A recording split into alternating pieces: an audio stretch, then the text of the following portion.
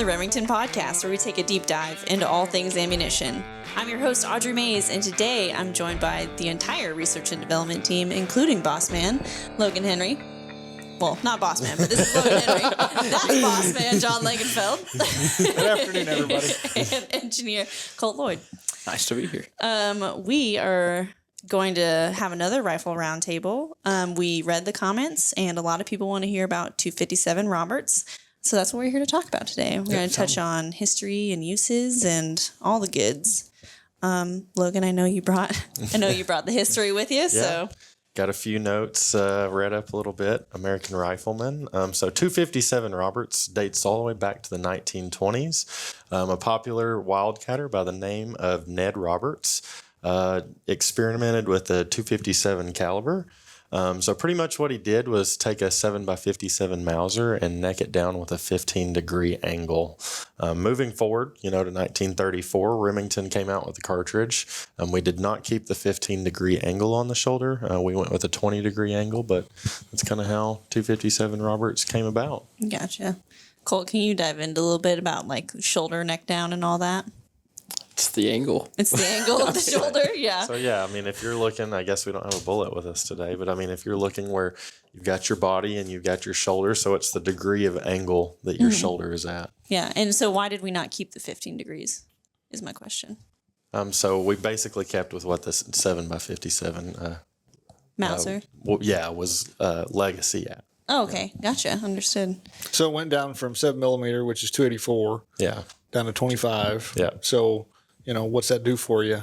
I mean, when you go down in caliber, keep the same powder capacity, you're running more speed, so it's going to be a smaller bullet, lighter bullet, but, you're ramping up the velocity. And so taking it down into that range makes the cartridge and caliber combination right in that crossover range of a, kind of that varmint predator to deer crossover, kind of similar to where 243, 6mm Remington, they kind of fall, except being 25 caliber, you're starting to kind of lean more toward, the smaller side of big game, deer, antelope type stuff. So that was kind of where, the cartridge, combination, velocity, caliber, and all that kind of put it within a usage standpoint.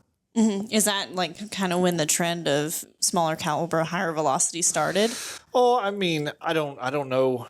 It's not a Magnum. Okay. There's the term out there, the Magnum craze, and it seemed like, bigger was always better, and the Weatherbees and everybody's just, horsepower race going up. So I don't think so. I think this was probably just at a time period where here was an existing case and you could, increase velocity by necking it down. It wasn't hard to keep the same shoulder angle, same case and everything, and create that kind of a crossover cartridge, reduce a little bit of recoil. And, it's an old nostalgic. It's got history, with a lot of famous people, it was used.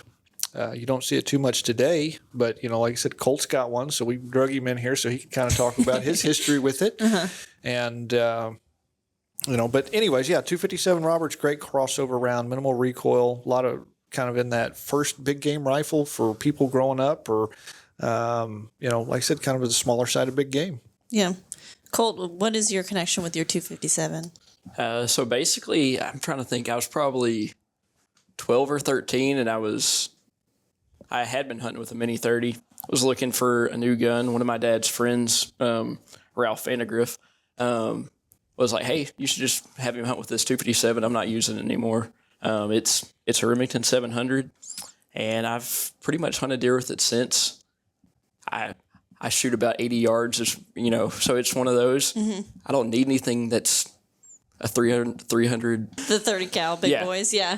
But it's one of those that I don't need a whole lot of velocity and pressure because it's like I'm not shooting far distances. Like I've got a 3 to 9 swirl on it, and it's plenty for me. And it's just one of those. It was given to me by him, so it's one of those, like, I haven't had a need to go get a new one. It does everything that I want it to do. Yeah, and it was passed down, right? Yeah. So it means something. Yeah, and it's a beautiful gun. So I just shoot 117 soft point from Remington in them, and they do the job. Yeah, that was one of the things I thought was funny. I think when he interviewed, and we're like, "Hey, what's your favorite rifle?" And he's like, "Oh, I got this 257 Roberts. If I work here, I may be able to get some ammo from you guys." I probably have enough to last me through the life of the gun. I probably got like 200 rounds that we're buying in the company store. So Yeah. Well, if you ever quit, I'll be like, "Well, he got all his 257 Roberts." Guess he's loaded up. Yeah, that's awesome. I love those passed down stories. John, you were telling us earlier. Yeah, my grandpa's brother, I remember him talking about owning one. It was a Ruger. It was a Mark One. Had the Tang safety on it. I don't remember the scope on it or anything, but he was of an era. He was a non-Magnum guy. He liked your traditional, .6 based, your Mauser based cartridges, and he liked it. It was a carbine, so he hunted deer with it. It was shorter barrel relative, like probably a 20-inch barrel. I don't know exactly, but I'm sure somebody out there will comment on that and tell me exactly what it was. But, when you hear people talking anymore, you don't really see a lot of people talking or hear them talking about the 257 Roberts. And I think it's just a generational thing. At one time, it was fast and, that was the latest and greatest. And, before I came in this morning, I flipped a couple of books open on my bookshelf. One was Jack O'Connor's American Hunting Rifle, and he talked about his wife using it fairly extensively, and his two boys grew up. That was kind of their cutting their teeth on a big game rifle and shot. I don't know. It says the sentence was like 30 something deer with nothing wounded or lost or something like that, and that's impressive. So yeah, I mean. And then, I flipped open, I think it was one of my Boddington books. It was, something similar, American Hunting Rifles. And it was, I think the O'Connor one was like the big game rifle. But anyways, very similar kind of, at a later date in time, what it was good for, similar things, 100 grain bullets up there around 3,000, minimal recoil, based on the old nostalgic Mauser case, things like that. But, there's faster things today that are a lot, fancier and flashy and fast. But they, if you've got one, they work great. People love them, Yeah. It's also one of those like kind of nostalgic things that we talked about earlier. It's kind of like 16 gauge. Exactly. I think they asked, somebody asked Ronnie, like, what about 16? Why do we keep making it? It was like, because people have guns, and they like to use it.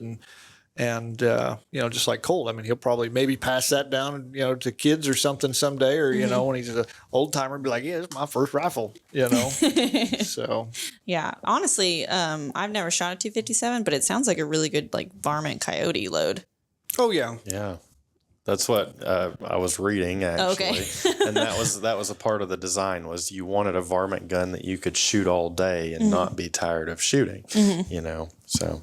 I don't know about that. Yeah. I think it'd be a little bit on the borderline of what we now know of varmint gun, that you could sit there and shoot all day. Yeah.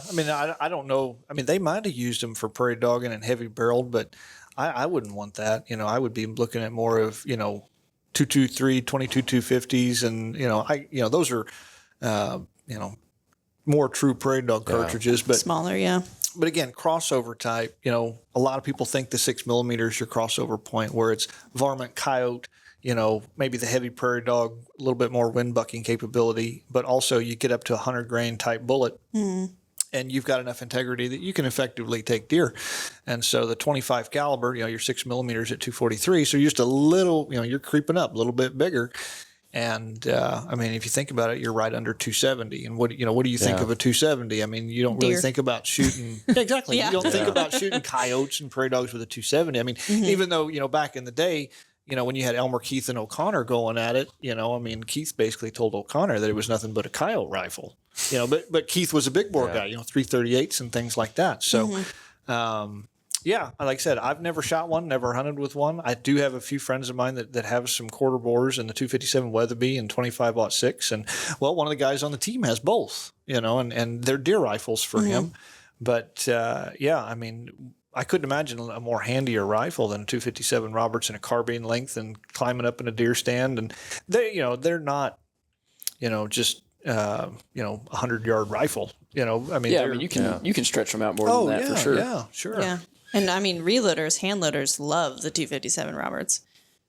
Colt's like nodding his head. Well, because there's the 257, Ackley improved. Oh, I'm sure there is. Yeah. I mean, I can't quote P.O. Ackley's book to the T and all that kind of stuff, but I mean, if it's been out there, it's improved. So blow out the shoulder, or excuse me, take the body taper out, square the shoulder up more, get more powder in it, and you're just going to drive it faster. You just make it hotter. Well, you've got more powder capacity. Yeah. So, I mean, that would be your improved. If you got taper like this, take it out. And if you've got a shoulder like this, take it like that. Yeah. And then you get more powder in it, and that's improved. So you said like kind of a lighter big game cartridge. Like deer antelope. But like not relative to. What about hogs? Too light for hogs? No, I don't think so. With the right bullets. Yeah. Going through the gristle plate in the shoulder, I'd probably shoot something that was tougher, like cut or, I mean, I know we've got core locked, but from a demand standpoint, that's from, orders, that's where we've kind of whittled down to with this old nostalgic cartridge is 117 grain core lock, but I'd shoot hogs with it. Yeah. I guess people do usually like reach for the 223 when they hunt hogs, right? So I don't know. I mean, I think it's what you have when they come out. I mean, yeah. A lot of people will just shoot a hog when it comes out while they're deer hunting. I mean, there's some people that hunt them exclusively, but yeah, it'd be fine. I know people are really looking for those like kind of explosive, volatile varmint loads. So the one time that I actually hunted hogs was and it kind of goes back to another cartridge within this category. I went to a relative's place in Texas, and they handed me a 300 Savage in a Savage 99 lever action with the rotary magazine. I don't know if you've ever seen one of those. And like I said, it goes back, and it was the same.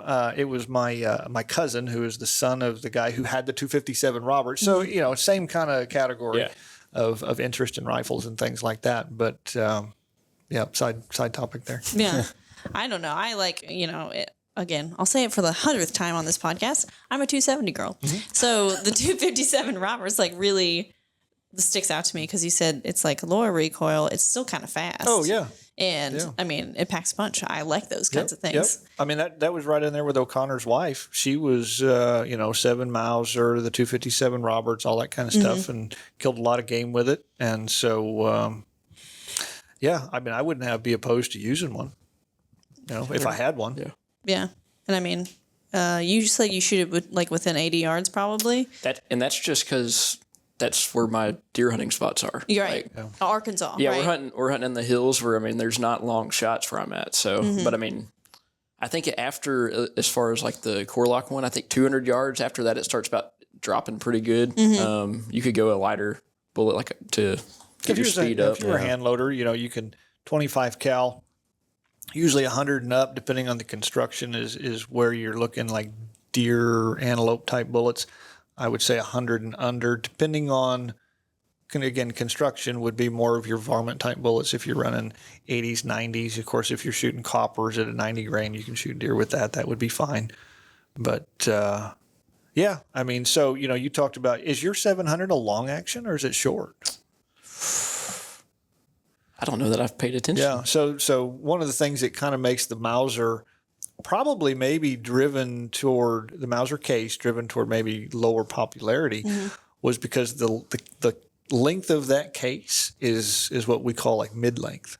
Okay, so it's the in between the short. It's and the long that in betweener, action. yeah. So if you look at your 308 type case length, that's your short action. Fits great in a short action. And then if you go to your .6 and your Magnums, they're fit for the long action. This one's right in the middle, so it's. In some actions, it's a little bit crammed and short, and it's just doesn't justify a long action. But many years ago, when those cartridges were coming out, there were mid-length actions. And I've seen at least one company, there may be a couple more, now that there's a lot of actions that you can just go buy and put pre-fit barrels on. I might be Defiance, but regardless, they've got mid-lengths. One of them has mid-length actions, and you can get that. So, and that may be just for running a short action. And you want to run your bullet length out a little bit longer or something. But anyway, so that would be something that as time went on, you see like Remington did long and short, Winchester long and short, in their bolt guns, where it didn't have a home. Right. So you don't see a lot of 7 Mauser, 8 Mauser, 257 Robert, 6 mil Remington, those kind of, everything that was kind of on the sides of them took over in popularity. 708, short action, but it'll duplicate 7 Mauser performance. Right. Yeah, that makes sense. I'm every time we bring up like kind of a nostalgic cartridge, there's always a reason that it got kind of left that could behind. be something. Yeah. I think I could believe in that. Yeah, definitely. So what we offer a core locked, right? So what's the specs on that guy?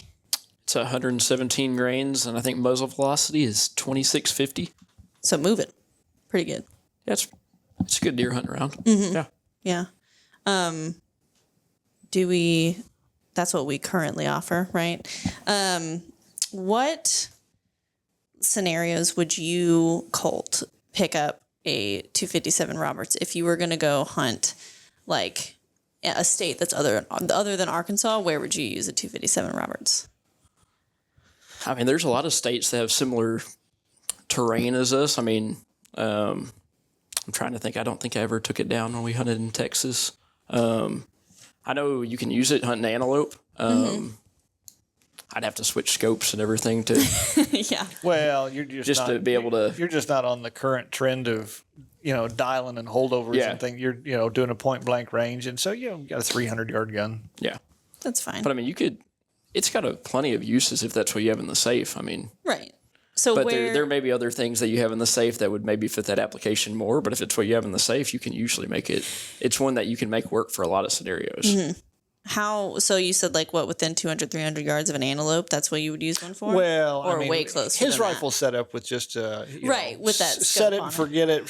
Standard duplex. Yeah. It's got no dialing. Yeah. I mean, Yeah. no So, holdover points. Yeah, so you're just gonna set it as far out as zero as you can without your capability of holding up into the air, and so it's not a speed demon. 2,700 roughly with our bullet, and but yeah, I don't think there's an ideal situation for it. I just think it has a home with low recoil and antelope, deer, and some varmints, and if that's what you're doing, it's a good cartridge. Your little starter gun too, Yeah. probably. But now you could go in and stick a scope on there with a dial on that thing, and heck, you could shoot 400 yards or what, I mean, again, if you're capable of doing so. Yeah, if you're capable, if you Wind practice and- it, also, ethics too. You've got For to sure. say at what point are we not taking an ethical shot? And I think that's important with every cartridge, with every hunter, and that comes into what's your ballistics, but as well as what is your capability of making a good shot that you can make a kill shot. Yeah.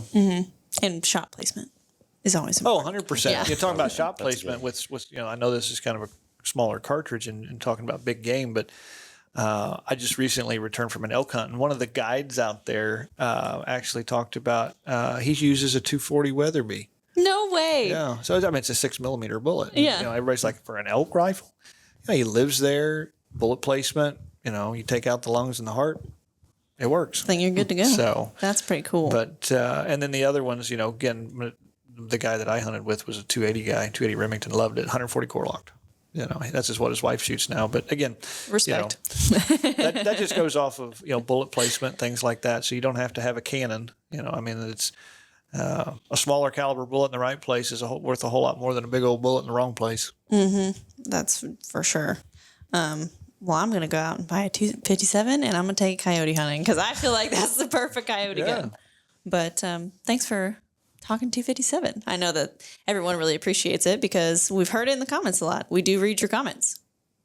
Oh, yeah. No, I do. We were just talking about that before we came in here, what folks were saying and everything. So, yeah. You got any experience with a 257? I do not. I don't have one myself, but talking about it a little bit, I like the nostalgia. I like the history. I might have to pick me one up. Yeah, I mean that's one of those takes you back to wearing plaid shirts and khaki pants when you're going deer hunting. Yeah, and, old black and white pictures of guys holding up deer. And, So. Yep. Well, thanks, y'all. There you have it, guys. Remington is on the rise. Like, comment, subscribe, and be sure to share this podcast with your hunting or shooting buddies. Be on the lookout for the next episode. You can find us anywhere you can stream podcasts. If you want to reach me or the engineers in this room, you can email us at podcast@remington.com. Thanks for listening.